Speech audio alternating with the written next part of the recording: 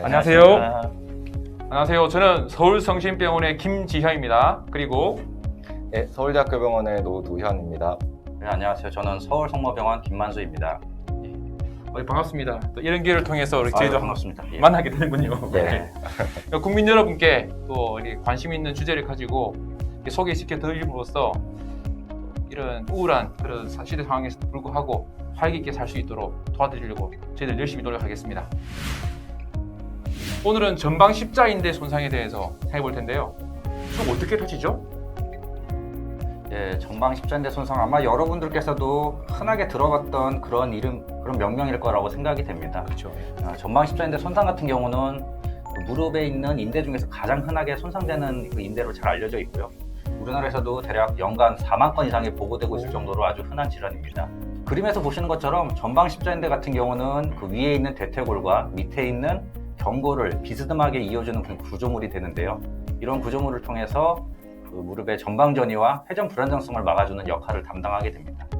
일반적으로 전방 십자인대 같은 경우는 단독 손상만 있을 것이라고 생각을 하지만 반 정도에서는 보시는 것처럼 관절 연골이나 반월상 연골판 그리고 다른 인대 손상이 동반되는 경우가 흔하게 있습니다.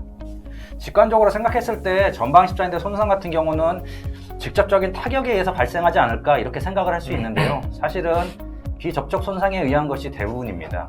갑작스러운 방향 전환 상태에서 또는 정지 상태에서 다친다든지 발바닥에 접촉된 상태에서 축회전이 일어난다든지 과신전한다든지 신전하며 탁지하는 것이 그런 손상 기전이라고 생각할 수 있겠죠.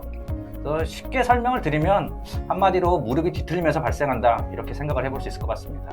실제로 저희 그 환자분들 보면은 뭐 축구, 그리고 농구, 그리고 스키와 같은 그런 운동에서 다치는 경우가 굉장히 많으신 걸로 생각이 됩니다. 네, 맞습니다.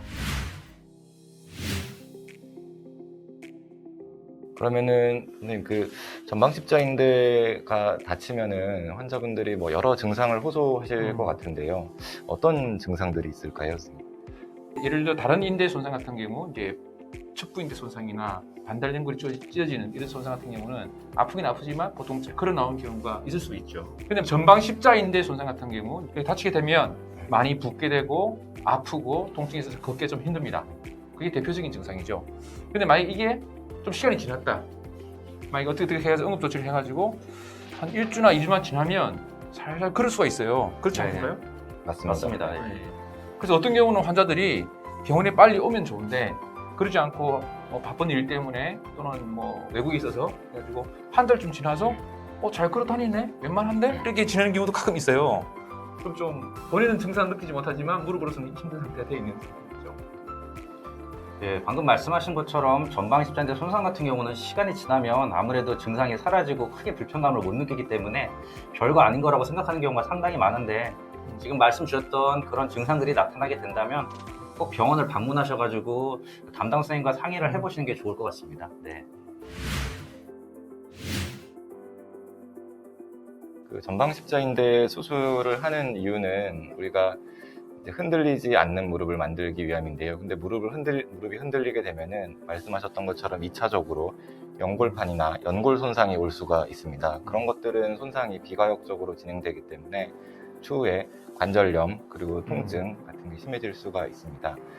그래서 거꾸로 생각을 해보면은 전방 십자인대가 손상된 환자 중에서 이미 관절염이 심하거나 그다음에 나이가 많거나 그래서 활동을 많이 하지 않으시는 분들 그런 분들은 이제 수술을 안 해도 되는 거고요. 그렇지만은 젊거나 활동을 활발하게 하시는 분들은 또 수술을 하는 것이 2차적인 손상 예방에 도움이 됩니다.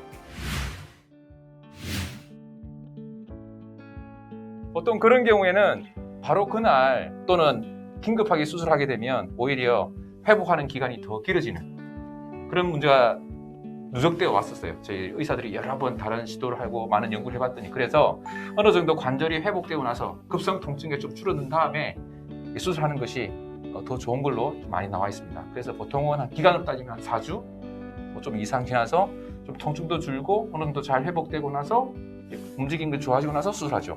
그러지 않으면 수술은 잘했는데 환자가 무릎이 뻣뻣해지고 재활이 힘들어지고 아픈 그런 경우가 있지 않습니까? 네, 맞습니다. 네. 그래서 의사 선생님이랑 잘 상의해서 오히려 좀 통증이 좀 줄어들고 일만 하면 살 것 같은데 할 때 수술하는 그런 경우 있죠. 환자분 잘 이해하셔야 됩니다.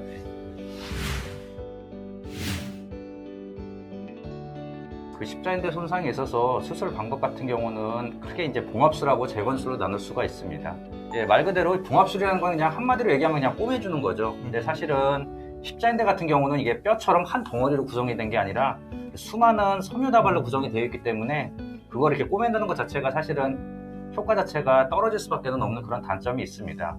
그래서 예전에 이제 봉합술에 대해서 많은 연구들이 이루어져 왔었는데요. 재건술에 비해서 실패율도 상당히 높았기 때문에 최근에는 이제 전방 십자인대 손상에 있어서 수술적인 치료의 치료 방침은 이제 재건술로 되어 있습니다. 재건술 같은 경우는 성공률이 사실 요새는 거의 이제 95% 이상 되기 때문에 상당히 좋은 수술로 알려져 있고요. 재건술 같은 경우는 아까도 말씀드렸던 것처럼 대퇴골과 경골에 이제 터널을 뚫어가지고 인대를 재건하게 되는데요. 대퇴 터널을 형성하는 방법이나 뭐 이식건의 종류, 이식건의 다발수에 따라서도 여러 가지로 이제 분류를 할 수 있고요. 이식건의 고정 방법에 따라서도 재건술은 다양하게 분류가 될 수 있습니다.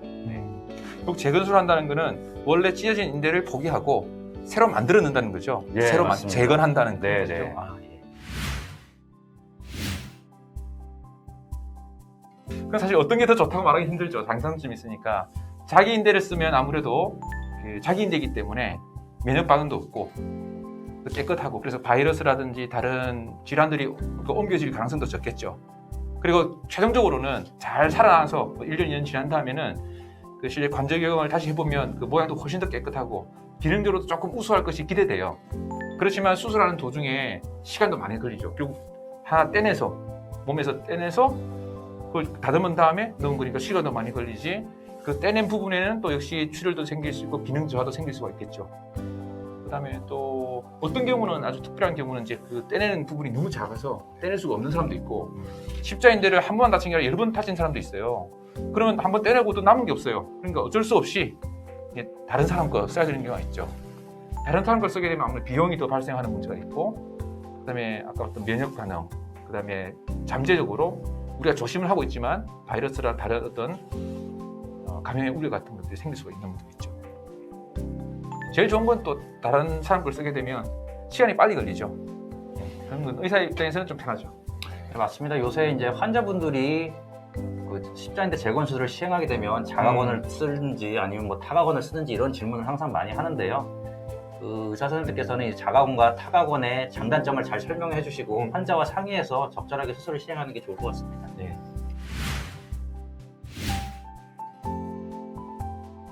제가 말씀드리도록 하겠습니다. 뭐 할 수 있는 운동은 그 기간에 따라 이제 다르다고 보시면 됩니다.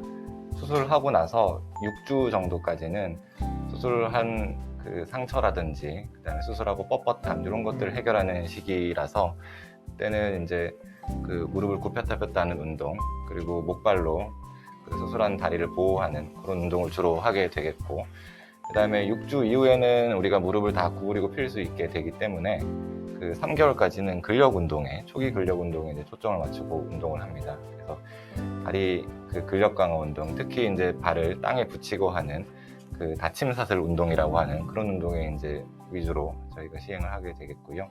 그 이후에는 점진적으로 근력을 늘리고 민첩성을 기르는 여러 가지 운동들을 하게 됩니다. 근데 주의하셔야 될 거는 그 여러 환자분들이 다칠 때 했던 운동들, 주로 이제 축구나 스키 같은 좀 경쟁적인 무릎을 꺾는 이런 운동들은 수술하고서 한 12개월 정도는 있다가 하라는 게 여러 선생님들의, 의사 선생님들의 의견이고요. 그걸 한때 이제 미국에서 조금 더 빨리 하려고 했다가 재파열들이 많이 늘어서 요즘에는 또 9개월 내지 12개월 이후에 그렇게 하는 것 같습니다. 그 환자분들이 생각할 때 이 통증이 좀 줄잖아요. 네, 그러면 빨리 움직이고 싶은 마음이 생기거든요. 맞습니다. 네, 맞습니다. 근데 실제 인대라는 게 회복될 때 마치 시멘트가 굳듯이 점차 굳어가는 게 아니고 촉이 약간 이게 묵처럼 젤리처럼 싹 바뀐 다음에 이 세포가 차라 들어가서 이렇게 다시 이렇게 자기 정상화되는 거거든요. 그러다 보니까 아무래도 중간 과정이 더 약하단 말이에요. 수술해서 처음보다는. 그래서 한 뭐 몇 주 동안 약한 상태에 됐다가 다시 좋아지기 때문에 그 과정에 통증이 적다고 움직이게 되겠다는 느낌을 가지고 질문하시는 분들이 많은 것 같아요. 네, 그렇죠? 맞습니다. 예. 그런 시기를 좀 조심해야 될 것 같습니다. 네, 맞습니다. 그 말씀하신 것처럼 자기 인대화가 되는데 시간이 상당히 필요하고 수술하고 나서 이제 6에서 8주 때가 아무래도 강도가 가장 약하다고 잘 알려져 있어가지고요. 그래서 이제 그때까지 보조기 착용만 꼭 잘 해주시는 게 좋을 것 같습니다.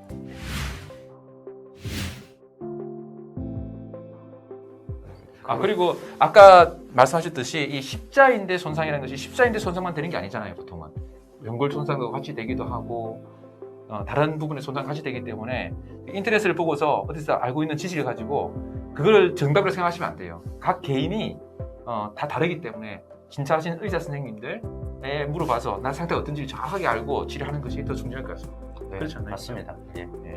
인터넷 댓글 보고 오늘 좀 저희가 이 영상을 찍지만 이 영상이 전체가 아니에요. 여러분들에게 알기 쉽게 하기 위해서 간략하게 요약드린 것이 실제 상황은 좀 다를 수 있어요. 그래서 각 병원에 계신 선생님, 자기를 진찰하신 그 선생님과 잘 상의해서 치료하는 것이 더 맞을 거라고 생각합니다.